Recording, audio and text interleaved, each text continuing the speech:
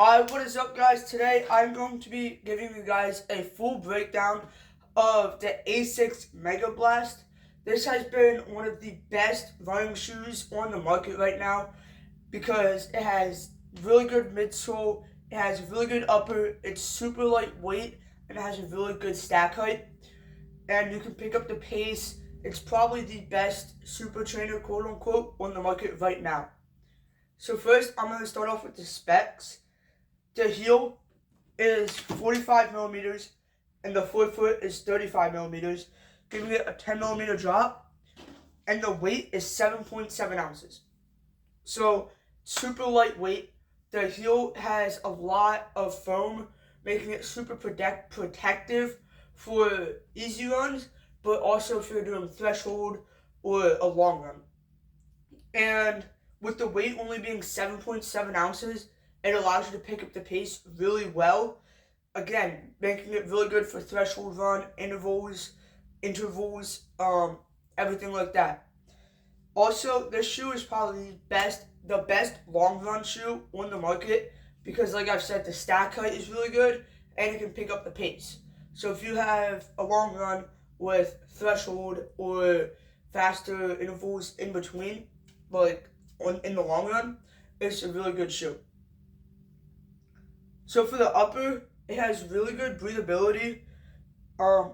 It has ribbed laces, which is really good because you see that in race shoes, and the laces are really thin, but they don't come untied. The laces though are on the longer side in my opinion, but that doesn't really do anything to the shoe itself. The heel cup is really big and really cushiony, so it's going to protect your heel a lot. It's also not too flimsy, but it's not rock solid. It's a really nice heel cup. The tongue is really thin, but it does have some padding on it, and it is gusted. The midsole for the shoe is an ATPU midsole, which is FF Turbo Squared. The midsole for the shoe is really where everything kind of comes alive in the shoe, with it being ATPU. Now, there's different kinds of ATPU. You could see ATPU in the Meta Ray from Asics, which is a super soft, just super airy foam that just compresses really well, but also decompresses really well. But this ATPU has been tweaked a little bit, so that way it gives it more durability, but also it can be better at easier paces. So what I found in this midsole is that going recovery paces, or even some easy paces, depending on the day, the shoe can be a little bit clunky, just because it has a pretty aggressive, I don't want to say aggressive rocker, but it starts pretty late and it kind of tapers pretty hard, and it just kind of makes the shoe feel a little bit clunky. But when I get up to anything faster than easy, so it could be tempo, it could be threshold, anything like that, the shoe really comes alive and it feels a lot better. It feels a lot softer, it feels a lot more energetic, and the rebound, the decompression and compression of the shoe is 1,000 times better. The outsole is very minimal.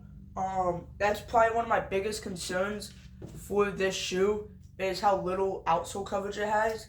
But to combat the little outsole coverage, it does have Asics grip, which is very famous. Not I don't say famous, but very known for being a very durable grip. It's right up there with Continental and Saucony's grip. I'm pretty sure. I'm not 1,000% sure what Saucony's grip is. I'm pretty sure it's Saucony, but I know Continental is very high quality, and this Asics grip is also very high quality. So for my final verdict of the shoe, it is great for threshold, long runs. It is not the best for recovery days. For super easy days, maybe you're getting back into the swing of things, but I also found that even if I do a strider or two at the end of my run, I really do enjoy running in this. just because of how much I love this shoe at faster paces. So if you are trying to build a rotation around this shoe, I'm going to give you guys 2 other shoes to build it. Okay, so the 2 other shoes I would recommend building a shoe around is the Nike Vomero Plus. This shoe I've only tested for about 10 miles or so. I just recently got it, but it feels a lot better at easy paces and recovery paces, but I would struggle with taking it up to threshold only because of how much heavier the shoe is. Now, the ZoomX in the shoe would help a lot, but it wouldn't be as good as the Asics Megablast. And then the final shoe I would pair it with would be a race day shoe. And for me, that is going to be the Vaporfly 4.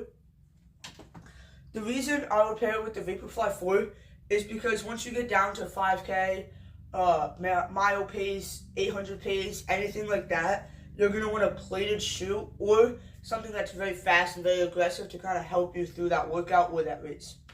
That's why the Vaporfly 4 is going to be better than the Megablast, because the Vaporfly has a plate and it's a lot more aggressive. The Megablast is non-plated and it's not as aggressive.